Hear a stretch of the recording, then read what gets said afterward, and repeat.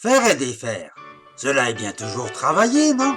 Enfin, cela peut être vrai, puisque certaines choses que l'on fait ne donnent pas les résultats escomptés. Et donc la sagesse et la logique veut que l'on supprime simplement ce que l'on a fait. Jusqu'ici, tout va bien. Ne vous affolez pas, mais cela va devenir un peu plus compliqué. Pas de polémique. Car sur ce simple fait naturel vient se greffer, lorsqu'il s'agit de nos politiques, de l'idéologie. On fait une chose parce que l'on y croit. Seulement, quand elle ne marche pas, l'on ne peut plus revenir en arrière, mais juste se battre contre les effets pervers. Oh là là! Et c'est une grande fuite en avant perpétuelle, car chaque effet en produit un autre encore pire que le précédent. C'est cela, oui.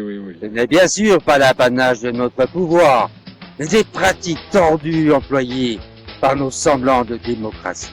Faire choisir entre plusieurs fausses solutions pour éviter de parler du vrai problème. L'auteur étant hors sujet, revenons à nos moutons et débarrassons-nous de cet auteur à la con. Ah, ben voilà, je suis quand même sorti. T'aimes pas le pinard? Tant pis pour toi. Autre réflexion, si faire est défaire, eh bien toujours du travail. Au moins au départ, ce jeu était assuré par deux grandes façons de penser. Allô? Tu veux jouer avec moi? Les uns faisant des lois à profusion, des décrets d'application, en veux-tu en voilà, allant toujours plus loin dans l'absurde, réglementant même ce que l'on a le droit de dire et de penser. Allez au lit. Et les autres se grattant la tête devant ce sac de nœuds, ce fouillis incompréhensible, se demandant si, en tirant sur un des bouts de la ficelle, le nœud va se défaire ou se resserrer. Situation d'autant absurde qu'en voici un petit résumé. According to research, making fun of other people is the best kind of humor.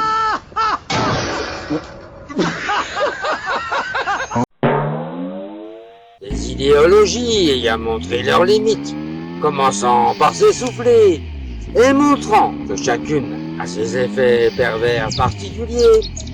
Voilà notre état bien embêté. Et voilà bien le problème crucial.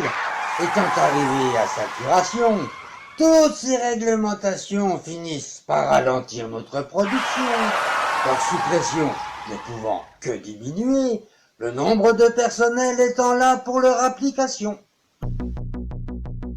Mais Eureka! Ben voilà la solution! Faire et défaire, c'est toujours travailler, non? Et pour être sûr de garder ses employés, voilà que notre gouvernement se partage en deux. J'aurais bien travaillé dans l'administration, mais toute la journée à rien foutre, c'est dur. Une partie continue de nous asphyxier avec des tombereaux de papier, prenant un malin plaisir à ce code du travail de l'épaissir, dans tous leurs calculs, de ne plus passer à un chiffre après la virgule, mais à 4 ou 5, évitant les solutions trop simples pour ne retenir que les plus compliquées.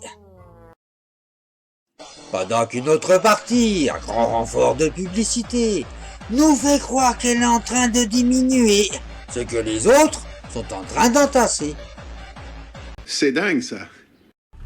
Et voilà en partie pourquoi le nombre de fonctionnaires continue d'augmenter. Toute la subtilité de la loi Macron étant d'abord d'occuper le terrain pendant plus d'1 an, mais surtout de faire passer une simple suppression de lois absurdes, la plupart votées par eux-mêmes, pour une innovation majeure qui va rebooster notre pays. Bien sûr que ces lois, il fallait les supprimer. Mais quel temps et argent perdu, alors qu'il suffisait de ne pas les faire. Quelle économie sur le nombre de fonctionnaires? Aussi ce petit jeu consistant à supprimer d'anciennes lois, prouvant leurs errements économiques et l'incompétence de ceux qui les ont faites, pour en refaire de nouvelles avec encore plus d'ardeur, peut durer indéfiniment. Il y a des moments, j'ai vraiment l'impression que vous me prenez pour un imbécile, hein. Alors que le secteur privé défait pour faire plus simple et surtout des économies, l'État arrive à prendre le même concept pour faire exactement l'opposé.